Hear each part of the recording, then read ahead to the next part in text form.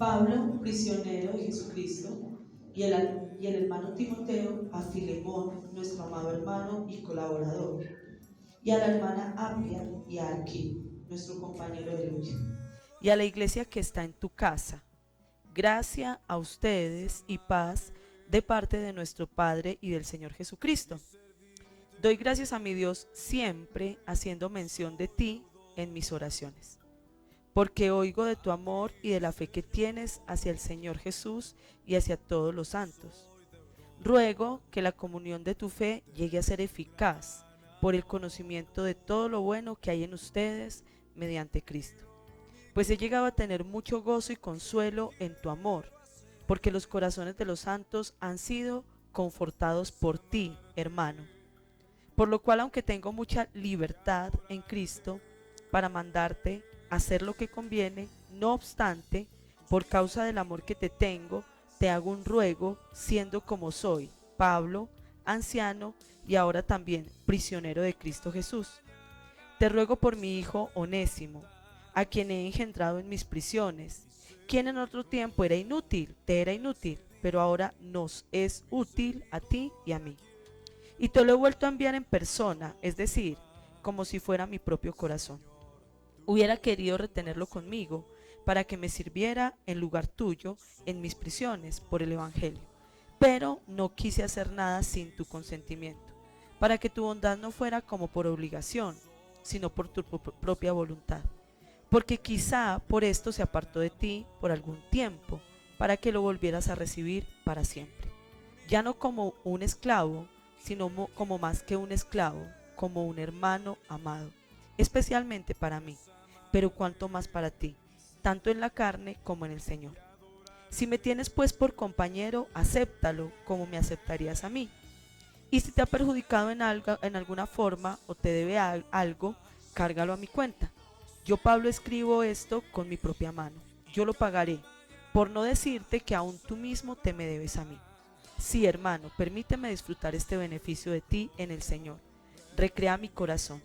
Te escribo confiado en tu obediencia, sabiendo que harás aún más de lo que digo. Y al mismo tiempo prepárame también alojamiento, pues espero que por las oraciones de ustedes les seré concedido. Te saluda Epafras, mi compañero de prisión en Cristo Jesús, también Marcos, Aristarco, Demas y Lucas, mis colaboradores. La gracia del Señor Jesucristo sea con el espíritu de ustedes. Amén. Tomemos asiento. Bueno, usted podrá decir, bueno, ¿y por qué se puso a escribir, a leer toda esta parte? ¿Por qué leyó toda la carta? Pues en primer lugar, porque la carta es una historia completa, ¿cierto? Pero al mismo tiempo es una historia corta, no tiene sino un solo capítulo. Entonces, hoy vamos a hablar de todo este libro. Quizás en algunas ocasiones ustedes ya han escuchado predicaciones de este libro y quizás usted mismo lo ha predicado. Pero siempre el Señor está, y yo siempre lo digo, siempre Dios está revelándonos cosas nuevas. Siempre Dios está queriendo que aprendamos cosas nuevas y aún podemos volver a los mismos puntos, a las mismas cosas y podemos ser ministrados por medio de la palabra de Dios. Amén.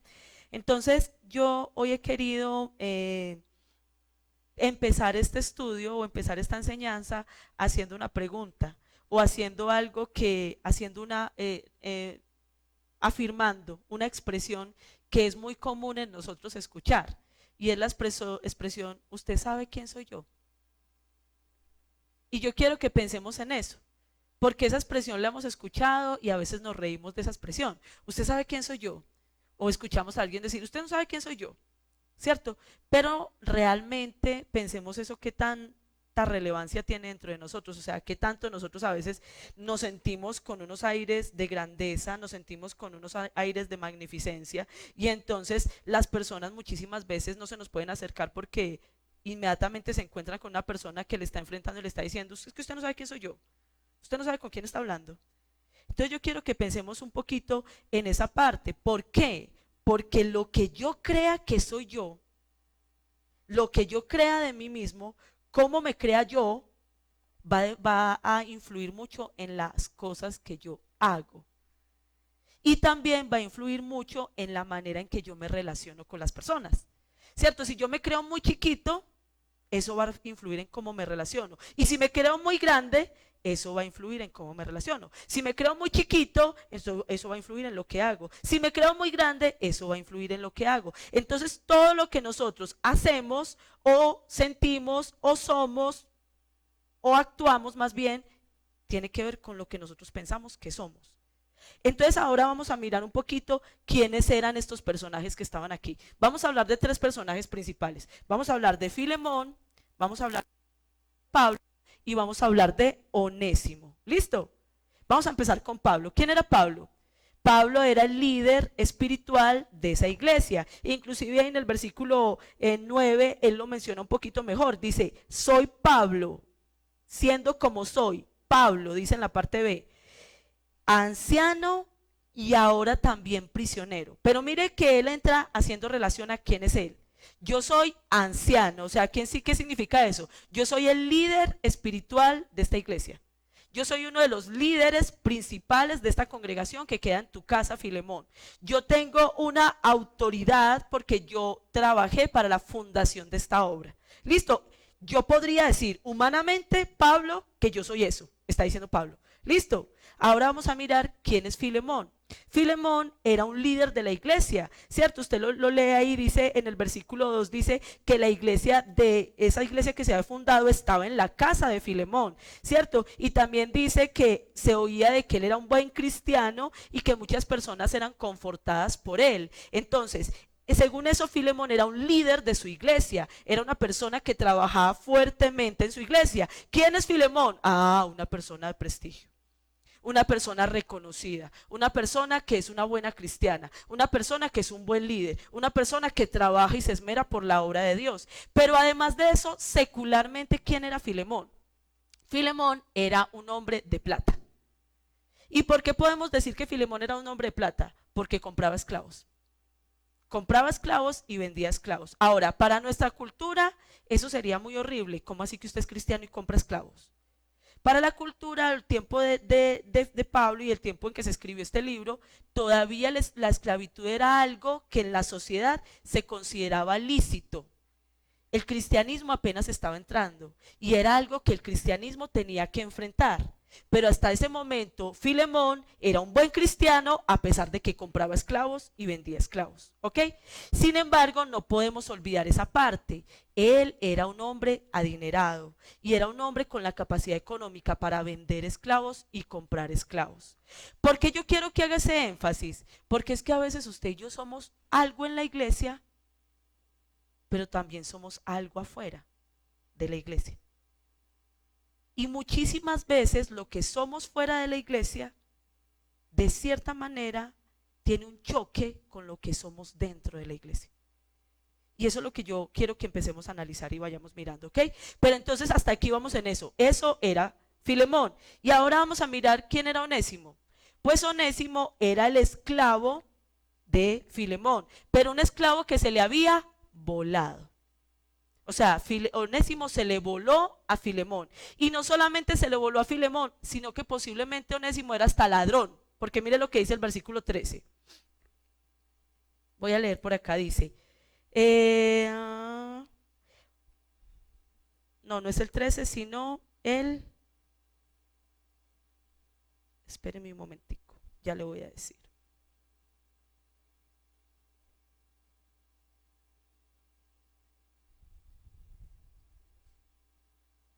Se me perdió. Ah, sí, versículo 18 dice, y si te ha perjudicado en alguna forma o te debe algo, cárgalo a mi cuenta. O sea que, ¿qué está diciéndole Pablo a Filemón? Yo creo, según tengo entendido, Filemón, me di cuenta, parece que de pronto él se te llevó alguna cosa. Si se te llevó alguna cosa, si te robó algo, entonces cárgalo a mi cuenta. Entonces, ¿qué estamos diciendo? Que que Onésimo era un esclavo, era un fugitivo que había escapado y aparte de eso posiblemente era un ladrón. Sin embargo, el nombre Onésimo significa provechoso, pero hasta aquí, según eso, Onésimo no había sido para nada provechoso, ¿cierto? ¿Por qué? Porque a pesar de que era un esclavo, se había escapado y posiblemente era un ladrón. Entonces, ¿qué podríamos decir? Que Onésimo no era alguien de mucha importancia. en nuestra sociedad, culturalmente. Entonces eso yo quiero que empecemos a pensar en eso. ¿Por qué? Porque es que una cosa es lo que nosotros somos para nuestra cultura. Pero lo que somos para nuestra cultura no define todo lo que nosotros somos. Es más, lo que nosotros somos para nuestra cultura no define realmente lo que somos. Y nosotros tenemos que aprender a entender quiénes somos. Entonces yo quiero que usted empiece a pensar en este momento, ¿quién es usted? ¿Qué definición tiene usted de usted mismo? ¿Qué podría usted pensar? ¿Por qué? Porque entonces si miramos Filemón, por quien era culturalmente, él era vendedor y comprador de esclavos. Dice la cultura que si él recuperaba de nuevo a Onésimo, lo podía apedrear, lo podía matar, lo podía maltratar, lo podía torturar. Decían que cuando alguien recuperaba a un esclavo, podía poner una cadena delante, le podía poner una cadena a la pierna y de ahí en adelante le podía limitar. Entonces de ahí en adelante este hombre no tenía derecho sino a hacer ciertas cosas como si fuera un perrito amarrado. Eso podía ser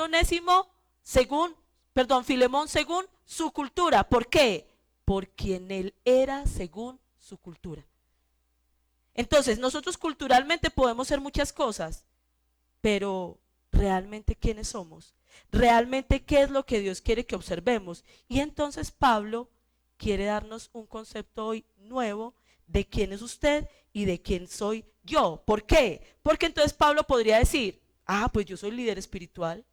Entonces como líder espiritual yo puedo usar la palabra de Dios y puedo usar mi conocimiento religioso. ¿Para qué? Para manipular, para abusar, para aprovecharme, para sacar beneficio. ¿Quién soy?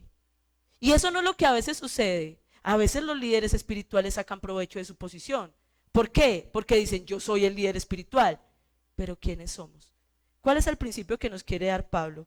Y yo quiero que observemos algo que a mí me impacta mucho y que me impresiona mucho. Y es como Pablo empieza su carta. Mire cómo la empieza. Pablo, prisionero de Cristo. Yo quiero que usted empiece a pensar, ¿quién quiere mostrar Pablo que es en Cristo? Mire, la palabra prisionero también se puede traducir como esclavo. La palabra prisionero en ese momento para Pablo era una realidad. Él realmente estaba preso, estaba en una cárcel. Sin embargo, yo en estos días predicaba que Pablo se presenta y saluda siempre a la gente con mucho cariño en las cartas, pero predicaba que en 1 Corintios 1:4 él dijo la gracia que les ha dado y les habló de un área específica que necesitaba que los corintios aprendieran. Ahora Pablo está hablando de un área específica que necesita que Filemón aprenda. ¿Y cuál es el área específica que necesita que Filemón aprenda? Lo que Pablo quiere que Filemón aprenda es ¿quiénes somos nosotros en Cristo? ¿Quién soy yo en Cristo? Y él empieza a hacer un énfasis. Sí, todos los que estamos aquí somos hijos de Dios. Sí, ¿por qué? Porque nos adoptaron. No porque seamos hijos legítimos, porque nos adoptaron. Y por esa razón, como somos hijos de Dios, también tenemos que aprender otro concepto de quiénes somos. Y nosotros somos esclavos. Eso es lo que quiere el Señor que nosotros aprendamos. Nosotros no estamos llamados a regirnos por los quién soy terrenales. Nosotros no estamos llamados a regirnos por lo que la cultura diga que usted es. Porque realmente ante Dios eso pierde valor. Y Él quiere que nosotros aprendamos a vernos como Él quiere que nos veamos. La palabra prisionero significa atado. Significa encadenado. La palabra prisionero hace relación a que usted va a donde le permiten ir. ¿Quién? Su Señor. ¿Y quién es ahora su Señor? Dios. Entonces, nosotros tenemos que entender eso. Y mire, es interesante, pero esa palabra la menciona Pablo varias veces. Mire el versículo 13. Es más, yo la leí ahorita, en el versículo 9. No obstante, por causa del amor que te tengo, te hago un ruego siendo como soy yo, Pablo, anciano y ahora también prisionero. Y luego dice en el versículo 13, hubiese querido retenerlo conmigo para que me sirviera en lugar tuyo en mis prisiones. Y luego lo dice en el versículo 23 y me impacta. Te saluda Epafras, mi compañero de prisión. Todo el tiempo, miren, 23 versículos, Pablo hace referencia a la prisión y a ser prisionero 4 veces. diciendo, mire, es importante que usted y yo adquiramos el perfil que tenemos que adquirir. Iglesia, hoy es importante que adquiramos ese perfil. ¿Por qué? Porque hoy estamos hablando de una iglesia que es la hija de Dios, la amada de Dios, la que tiene que estar allí escogida por Dios, la heredera de las promesas de Dios. Y todo eso es cierto, todo eso es verdad.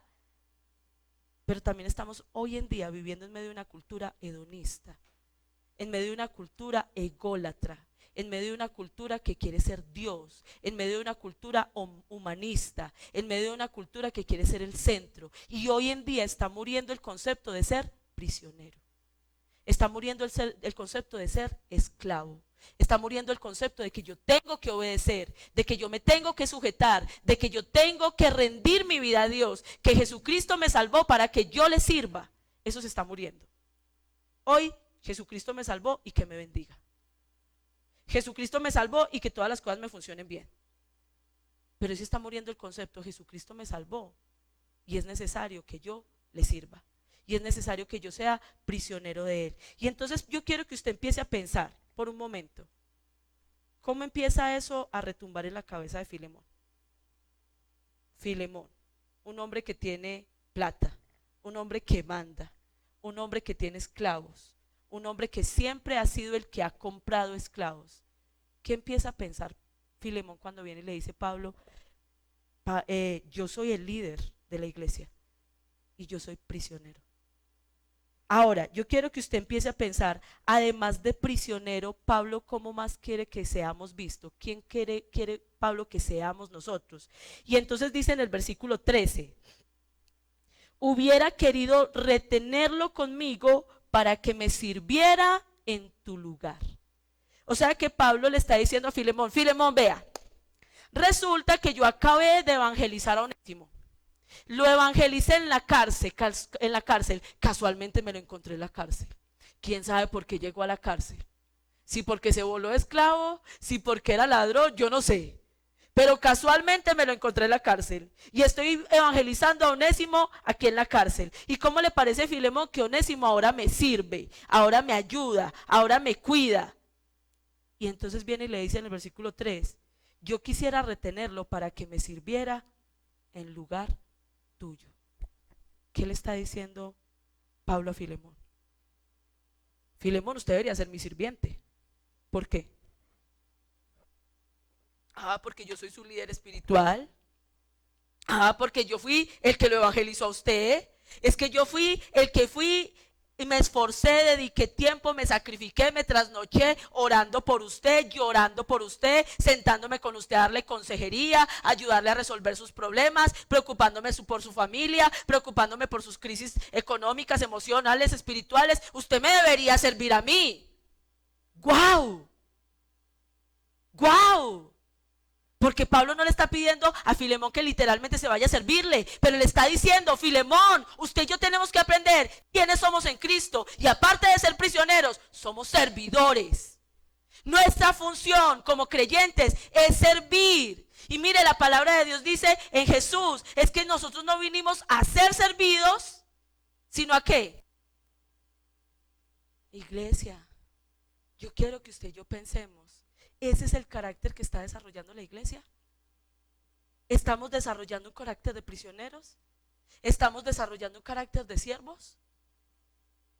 ¿Cómo es nuestra actitud cuando nos piden servir en la obra de Dios? ¿Cómo es nuestra actitud cuando nos piden servir a nuestros hermanos? Cuando nos piden servir en las cosas de necesidad de otros, no nuestras. ¿Cómo es nuestra actitud? Cuando nos piden ayudar, cuando nos piden colaborar, cuando nos piden levantar a otros, ¿cuál es nuestra actitud? Pablo le está diciendo a Filemón, Filemón, vamos a empezar a ubicarnos. ¿Quiénes somos en Cristo? Somos prisioneros y somos siervos, somos asistentes, somos cuidadores. Esa es nuestra función. Entonces ya hemos clarificado quiénes somos. En el mundo usted puede ser ingeniero, puede ser administrador, puede ser contador, puede ser ganadero, en el mundo puede tener plata, en el mundo puede tener posición, puede tener reputación, puede tener autoridad, aún dentro de la iglesia puede ser líder, puede ser el pastor, puede ser lo que usted quiera, pero en Cristo somos prisioneros y somos siervos. Y eso es lo que el Señor está queriendo que aprendamos. Entonces ahora yo quiero entrar como a la parte que quiero hacer más énfasis hoy, y es, entonces según eso, si entendemos nuestro concepto de quiénes somos, ¿qué quiere Dios en la manera en que nos relacionamos entre nosotros mismos? Si aquí tumbamos el concepto de yo soy universitario, yo soy profesional, yo soy líder, yo soy misionero, y decimos aquí todos somos prisioneros, aquí todos somos siervos.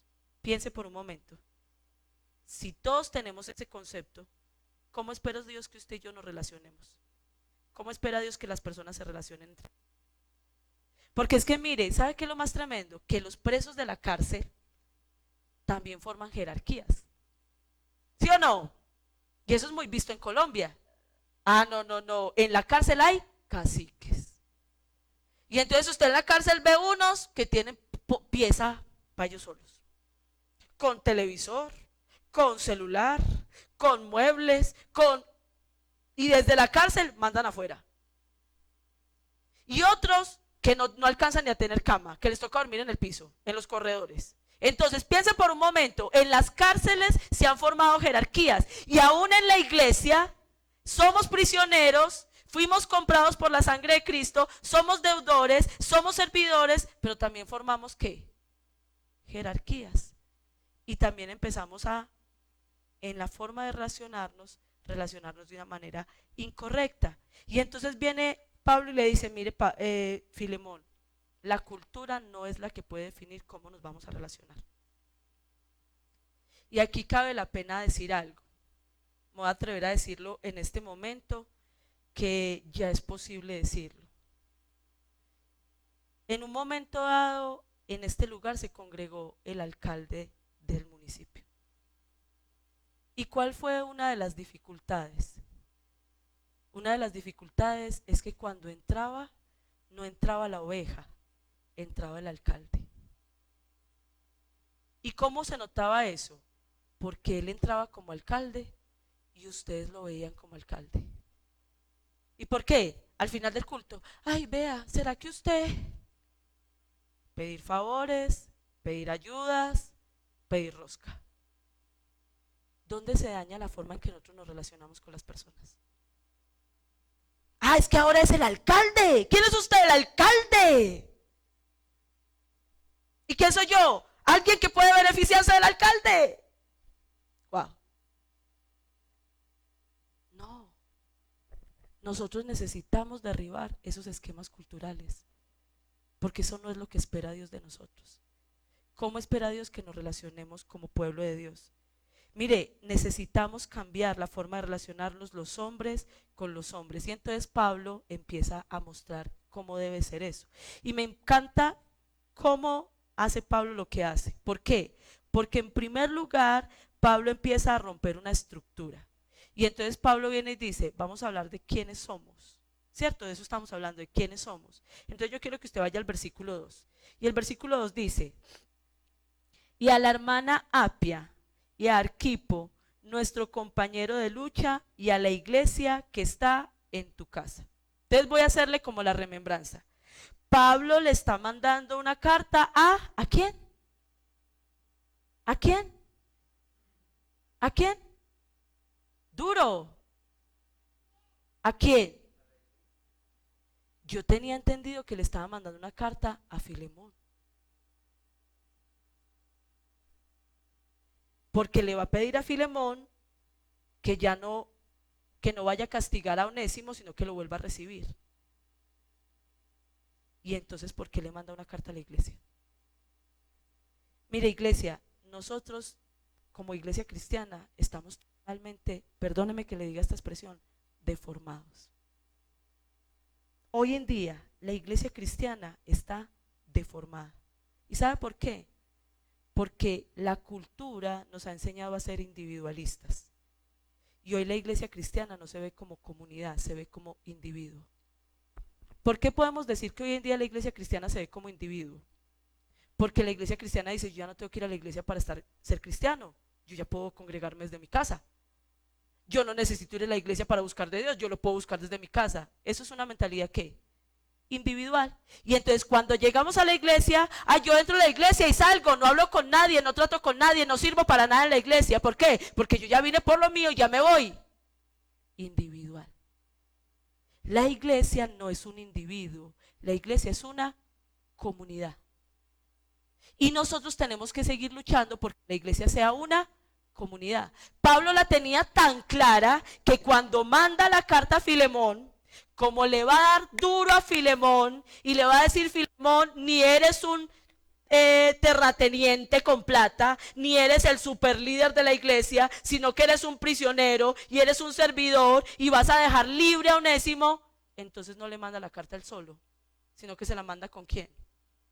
La manda para toda la iglesia. Imagínese usted, póngase usted en el papel de Filemón. Pablo le va a pedir un favor a Filemón de que libere a Onésimo y pone al que va a predicar ese día delante de toda la iglesia a leerle la carta a Filemón. Hola Filemón, ¿cómo estás? Ay Filemón, vos como sos de querido, como sos de bella persona, como sos de buen líder en la iglesia, pero yo tu líder, con todo el amor del mundo te voy a mandar a Onésimo para que por favor me lo dejes libre. ¿Cómo le parece a usted que eso se lea delante de toda la iglesia? Ay, Angélica, hoy te quiero escribir con todo el cariño del mundo. Sé que eres una buena pastora, sé que ayudas a tu comunidad, sé que la sirves mucho, pero por favor le pagas la plata que le debes a Sergio. Que me lean esa carta delante de toda la iglesia. ¿Cómo se siente usted? ¿Sabe cómo nos sentimos hoy como individuos? ¿Y por qué me tienen que decir eso delante de toda la gente? Porque no me lo dijeron a mí solo. Porque es que usted sabe quién soy yo. Pero Pablo, ¿por qué hizo eso? Porque Pablo era un buen líder, Filemón era un buen líder de la iglesia. Y entonces, ¿qué iba a sentir Filemón apenas Pablo le pidiera ese favorcito delante de toda la iglesia? ¿Sabe qué pudo haber sentido Filemón por dentro? Jue madre, ¿por qué me puso a entregar a Onésimo? Y por fuera, sí, pastor, no hay problema, yo le entrego a Onésimo, no lo voy a hacer más esclavo. Pablo está obligando a Filemón a que sea un hombre cristiano. Wow. Wow. ¿Por qué? Porque esa es la forma en que nos tenemos que relacionar en la iglesia. Y sabe algo, esto a mí me confronta. ¿Por qué? Porque aquí en la iglesia, entre ustedes han hecho negocios económicos, en donde unos se han quedado bebiendo plata a otros. Aquí en la iglesia, ustedes han hecho tratos, en donde el uno ha ofendido al otro. Imagínese usted que uno se parara aquí y le dijera, por amor a tu hermano, por favor, págale lo que le debes, que ya llevas 1 año y medio debiéndoselo. Wow. Pero donde eso lo hagamos aquí, yo no vuelvo a esa iglesia, es que allá lo exponen a uno públicamente. Wow. Pero es que la forma en que deberíamos relacionarnos como cristianos sería esa, en donde aprendamos que la ética cristiana está por encima del individuo. Voy a volver a repetir eso. La ética cristiana está por encima de usted y de mí. Así a usted no le guste, así a usted le moleste, la ética cristiana está por encima de lo que a usted le gusta. Porque si somos cristianos, tenemos que mantener la ética cristiana. Y Pablo lo que le está empezando a decir a Filemón es, Filemón, en tu ética cristiana, tú no deberías de tener esclavos. Y se lo está diciendo de una forma muy cuidadosa. Tú no deberías de tener esclavos. Ahora, ¿cómo le habla Pablo a Filemón delante de todo el mundo? No le habla tratándolo mal. ¿Cómo le habla? Mire lo que dice el versículo 2. Ese Pablo es mero estratega. Versículo 2 dice, a la hermana Apia, perdón, versículo 3, gracia a usted y paz de parte de Dios nuestro Padre y del Señor Jesucristo. Ah, no, es que yo estoy perdida, perdón, versículo 1. Pablo, prisionero de Cristo Jesús, y al hermano Timoteo, a Filemón, nuestro amado hermano. ¿Cómo le habla Pablo a Filemón delante de todos? Tú eres el amado hermano. Le dice versículo 5. Oigo de tu amor y de la fe que tienes hacia el Señor Jesús y hacia todos los santos. Tú eres un buen cristiano, tú eres una buena persona. Versículo 7. Pues he llegado a tener mucho gozo y consuelo en tu amor, porque los corazones de los santos han sido confortados por ti, hermano. ¿Cómo le habla Pablo a Filemón? Filemón, tú eres un buen cristiano. Y le cuento una cosa, Filemón tiene que ser un buen cristiano para que se aguante ese batacazo. Porque si no fuera un buen cristiano, se va de la iglesia. Perdón, saca la iglesia de su casa, porque la iglesia queda en la casa de él. Pero Filemón era un hombre cristiano maduro. Y por eso aguanta que Pablo lo exponga públicamente. Porque realmente era un buen cristiano, era una persona que amaba a su pueblo, era una persona que trabajaba por la gente, pero le faltaba algo. Le faltaba trasladar su quién soy a su trabajo. Le faltaba trasladar su quién soy a donde mandaba en su casa. Ahí le faltaba trasladar su quién soy. Pero él era un buen cristiano, era una buena persona. Versículo 22 dice, y al mismo tiempo prepárame también alojamiento. O sea, Filemón hospedaba a Pablo. Filemón cuidaba de Pablo, sí se preocupaba por Pablo. Entonces, Pablo veía a Filemón como un buen cristiano, pero le está diciendo, tienes que volverte buen cristiano afuera también. ¿Por qué? Porque usted y yo aquí en la iglesia a veces somos muy buenos cristianos. ¿Qué necesita? ¿En qué le colaboro? Claro, con mucho gusto. Somos muy buenos cristianos hasta que nos tocan ¿qué? Somos muy buenos cristianos hasta que nos tocan ¿qué? Usted no sabe quién soy yo.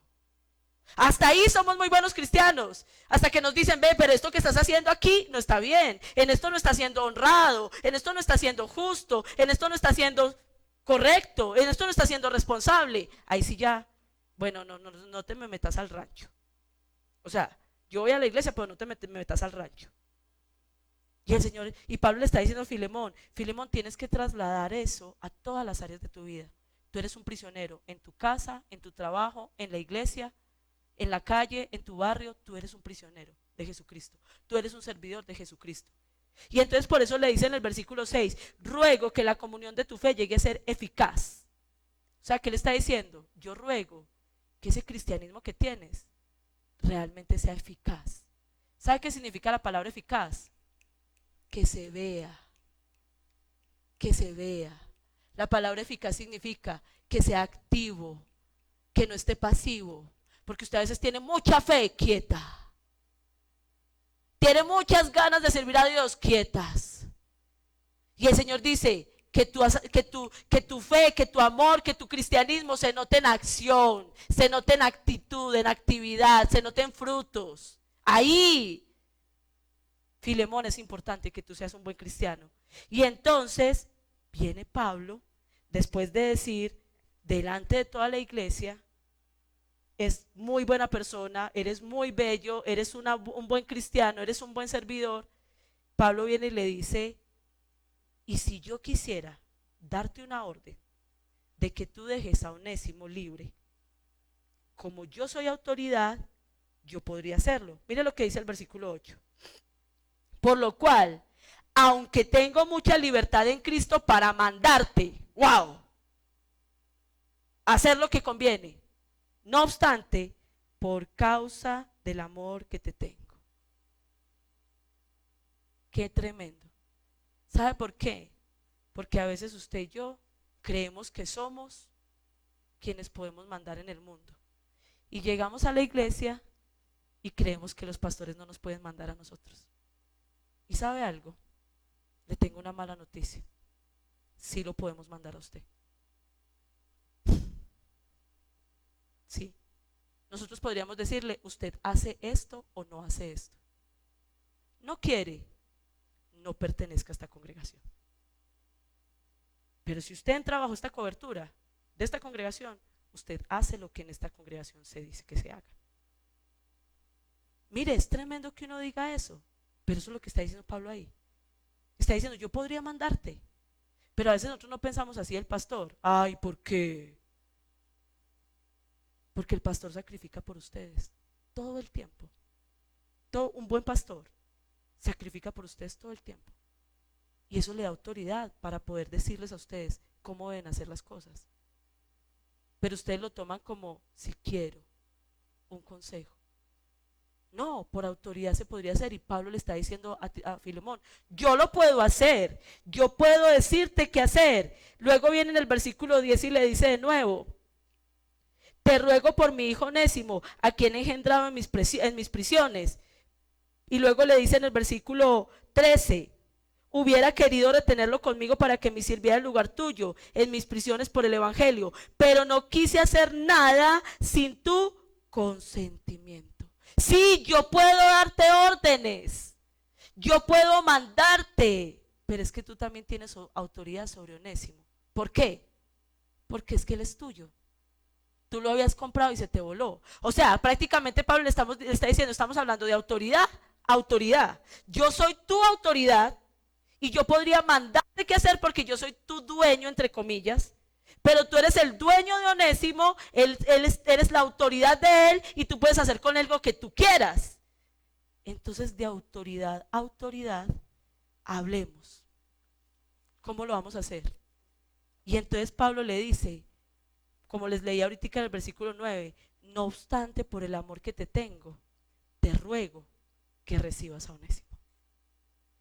Y yo les estaba hablando ahorita, ¿cómo nos debemos relacionar en la iglesia? Mira, hay dos cosas que nosotros tenemos que entender cómo nos debemos relacionar en la iglesia, hermanos, o más bien tres cosas. La primera, somos comunidad. Lo que usted haga afecta a los demás. Y por eso hay muchas cosas en la iglesia que se tienen que tratar en comunidad. Ustedes notaron hace unos días atrás, mi esposo se paró acá y dijo, algunos chicos estuvieron haciendo algunas cosas que no deben hacer. Estos chicos pertenecen al grupo de alabanza y por esa razón se les va a dejar quietos unos días.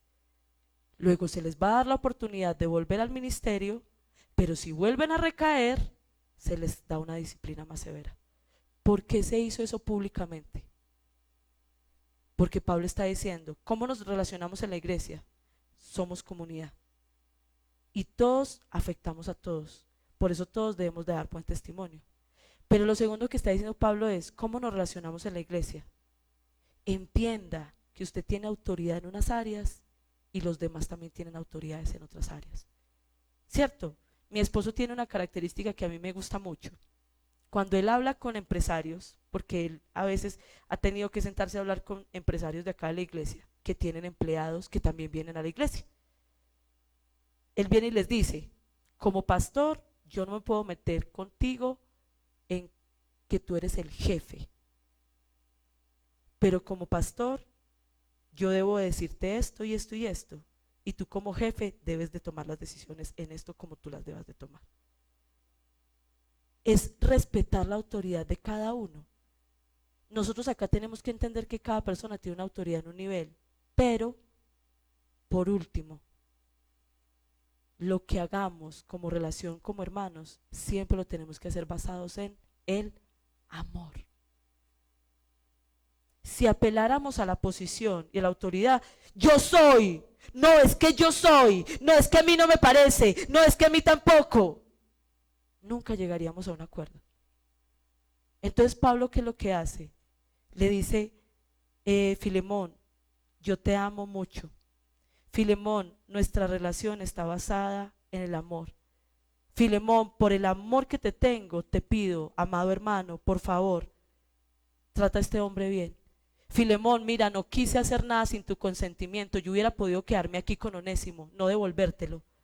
Pero lo correcto era devolvértelo. Yo te lo mando para allá, toma una decisión correcta, pero toma esa decisión correcta basada en el amor. Si tú me ves a mí como un compañero, por favor, ten en cuenta lo que yo te estoy diciendo. Si me ves como un hermano, ayúdame a disfrutar de tener alegría viendo a Onésimo libre. ¿Y sabe algo, iglesia? Si nosotros aprendemos a hablar con amor, eso es una cosa impresionante. Yo he trabajado de las dos maneras y veo la diferencia. Cuando yo hablo con imponencia, con grosería, usando mi autoridad, yo he visto los resultados. Y cuando he hablado con amor, con paciencia, con sabiduría, con prudencia, son totalmente diferentes. Yo he vivido las dos experiencias y todavía me equivoco muchas veces. Pero cuando uno habla con amor, wow, es impresionante. Y entonces, ¿qué sucede? Pablo le dice en el versículo 21, te escribo confiado en tu obediencia, sabiendo que harás aún más de lo que digo. Filemón, yo sé que tú tienes un buen corazón, yo sé que te estoy hablando con amor y yo espero que hagas mucho más de lo que te estoy pidiendo. Pero ahora, Pablo no le está pidiendo a Filemón que solamente lo ame a él porque Pablo lo amó. No, no, no, no, no. Pablo también le está diciendo, yo no necesito que me ames solamente a mí y que entiendas que yo te amo. Yo necesito que tú ames a Onésimo. Y mire, a veces a nosotros se nos sientan y usted viene y se sienta con nosotros y nos dice, es que yo tengo mucha rabia porque es que fulanito y hace esto y hace aquello. Y muchas veces fulanito es su hijo, ese fulanito es su cónyuge, ese fulanito es su hermano en la iglesia y hace esto y hace aquello y no sé cuántas. Y uno le dice con amor, mire hermano, usted debe ir a pedirle perdón a esa persona, usted la debe de perdonar, usted se debe reconciliar con ella. Y uno se lo puede decir con mucho amor, pero usted no tiene amor por esa persona. Y entonces usted no quiere perdonar a esa persona, usted no quiere sanarse con esa persona. Y entonces Pablo viene y le dice a Filemón, Onésimo, yo le engendré en mis prisiones. Para mí Onésimo es como un hijo. Yo te amo a ti, pero yo también amo a Onésimo. Yo he visto a Onésimo en la cárcel, yo lo he visto cómo sufre, yo he visto las luchas que tiene. Y ese que era inútil se ha vuelto tan provechoso. Se ha vuelto tan útil. Filemón, por favor, empieza a mirar a Onésimo con amor. Filemón, empieza a darte cuenta que Onésimo es muy valioso. Filemón, empieza y me impacta mucho, como lo dice en un versículo, creo que es el 15.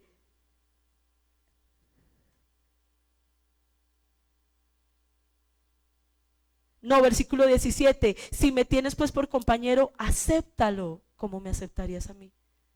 Filemón, míralo como me mirarías a mí. ¿Cómo me mirarías a mí? Si yo llegara hoy a tu casa, tú me abrazarías y me decías, Pablo, qué rico verte, qué alegría volver a estar contigo. Y si vieras a Onésimo, ¿cómo lo saludarías? Desgraciado, te me robaste esa plata. ¿Cómo lo saludarías? Acepta a Onésimo como me aceptarías a mí. Toma tú ese lugar de amor. Tomas tú esa posición de amor hacia Onésimo. Y aún, dice ahí, es que Pablo es tan tremendo, que si él te debe algo, me impacta lo que le dice, cárgalo a mi cuenta, porque yo tampoco te voy a pagar, porque tú me debes a mí. Como que, yo quiero que tú aprendas que así como Onésimo te debe a ti, tú me debes a mí. ¿Y sabe qué le dice a uno el Señor, iglesia? Tú estás enojado con fulano, estás enojado con sutano. Yo te pido que le perdones esa deuda, así como yo, Dios, te he perdonado a ti. ¿Por qué sigues cobrándole esa deuda a tu hermano cuando yo no te la estoy cobrando a ti? Y mire, iglesia, a nosotros nos ha pasado. Hay gentes de acá que nos han perdonado deudas a nosotros. Y nosotros somos encima del otro. Págueme pues, págueme pues, págueme pues. Porque no aprendemos a dar amor, así como hemos recibido amor. Entonces, iglesia, yo quiero terminar con esto.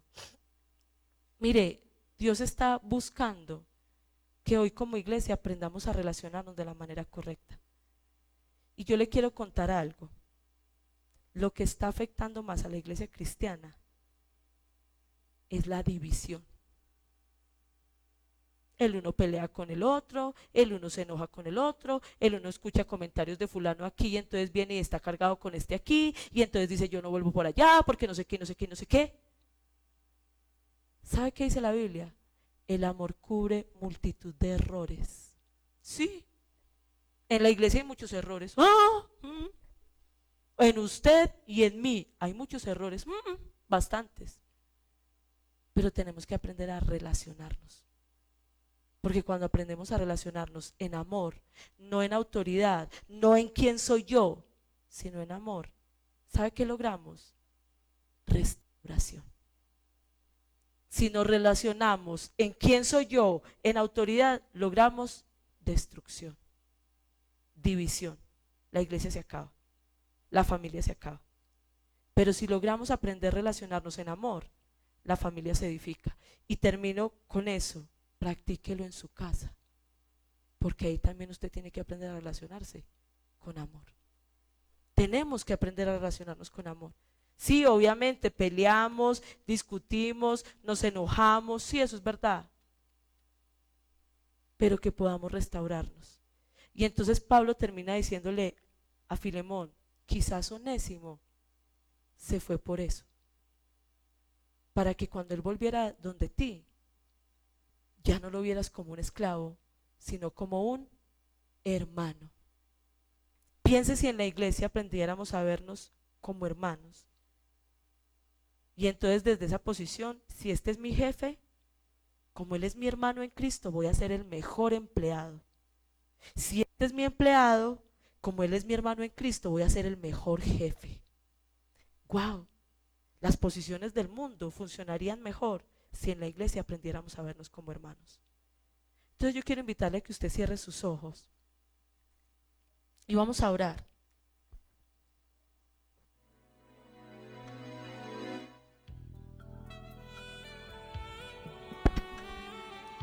Estamos comenzando el año y siempre que se comienza un año se habla de propósitos. ¿Cuál es mi propósito para este año? Yo le quiero animar a que uno de sus propósitos sea este año trabajar en tener un corazón de prisionero. Yo quiero trabajar en eso.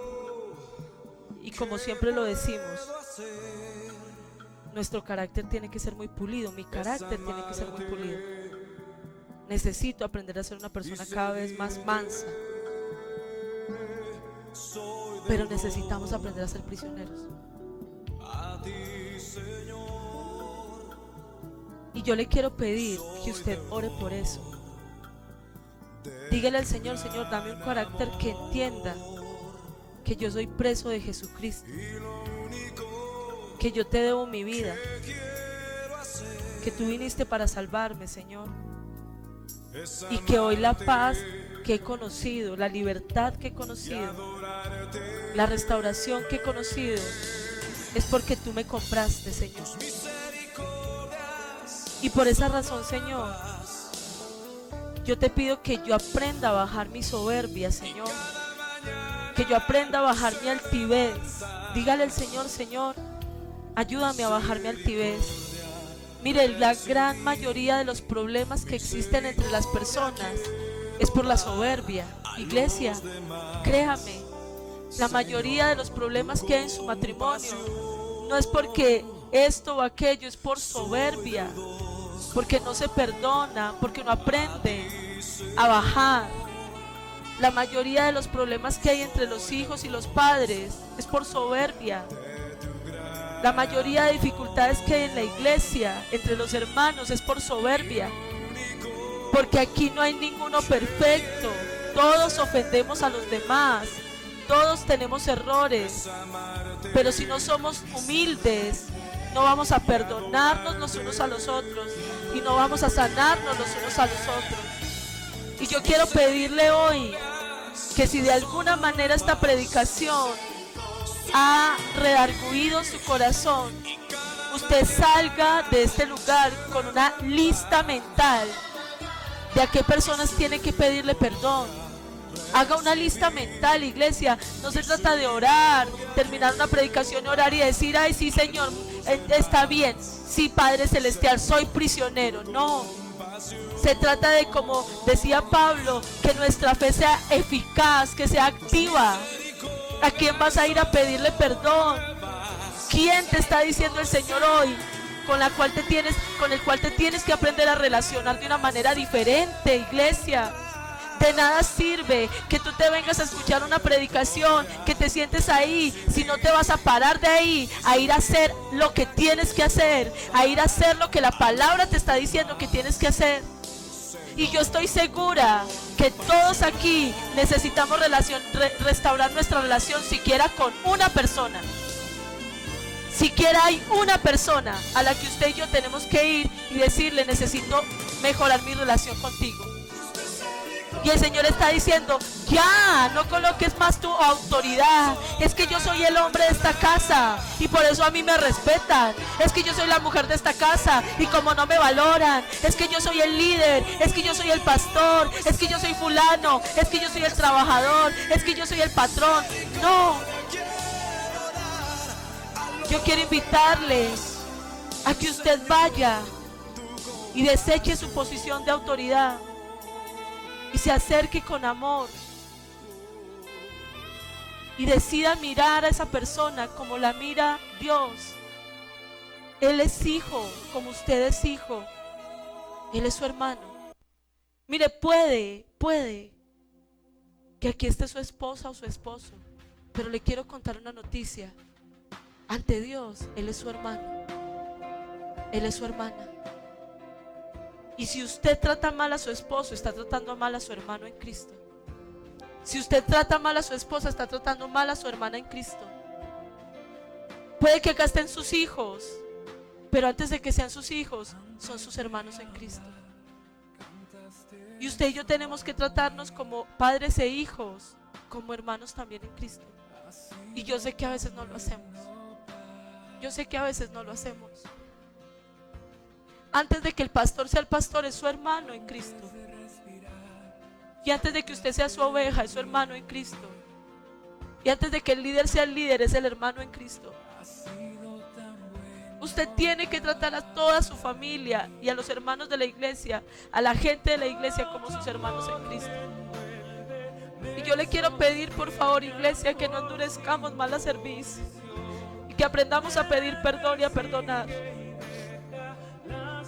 Que aprendamos a reconciliarnos.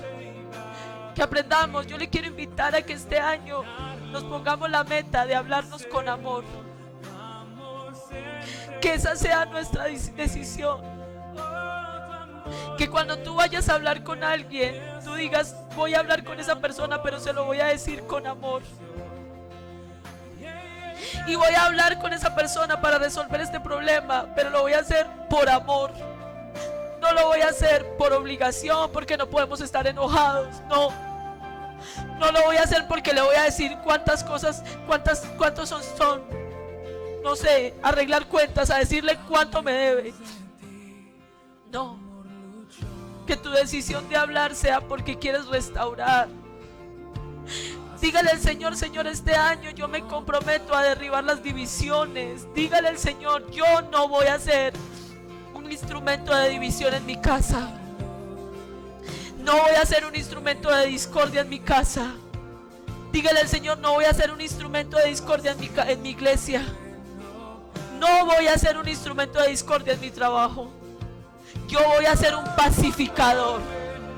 Voy a sacrificar mi paz para que otros puedan reconciliarse. Y si para eso me tengo que cerrar la boca y no comentar algo, lo voy a hacer para no dañar la paz de alguien. Padre, aquí estamos, Dios. Y yo te pido, Señor, por favor, Dios. Yo sé, Señor, que podemos aprender a ser una familia en Cristo, Señor. Tu palabra dice ¿En qué conocerán que son mis discípulos? En que se aman los unos a los otros. Yo te pido, Señor, en el nombre de Jesús, enséñanos a amarnos unos a otros, oh Dios. Quita la indiferencia, quita la dureza, quita la soberbia, quita la actitud de mirar por encima del hombro, quita la actitud de no saludar, Señor. El saludo es una cosa de cultura, de educación. Nosotros deberíamos saludar a donde llegamos, a todo el mundo, pero nos cuesta, Señor. Quita la dureza, quita la indiferencia, quita, Señor, el ensimismamiento, el de que estemos encerrados en nosotros mismos y solamente miremos lo que nos pasa a nosotros, lo que nos duele a nosotros.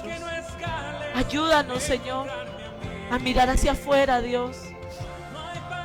Ayúdanos a reconocer, Señor, que somos hermanos, oh Dios, que todos acá realmente hemos sido perdonados, Señor, y que aunque a veces todavía en mi corazón yo le cobre deudas a otro, tú ya le perdonaste, Señor.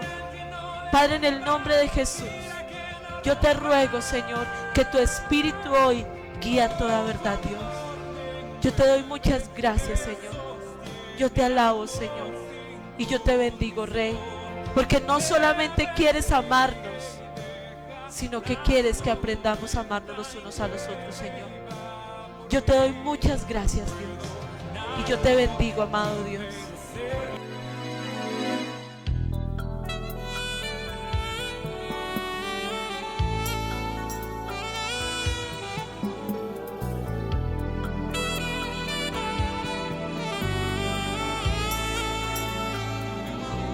Soy deudor a ti, Señor.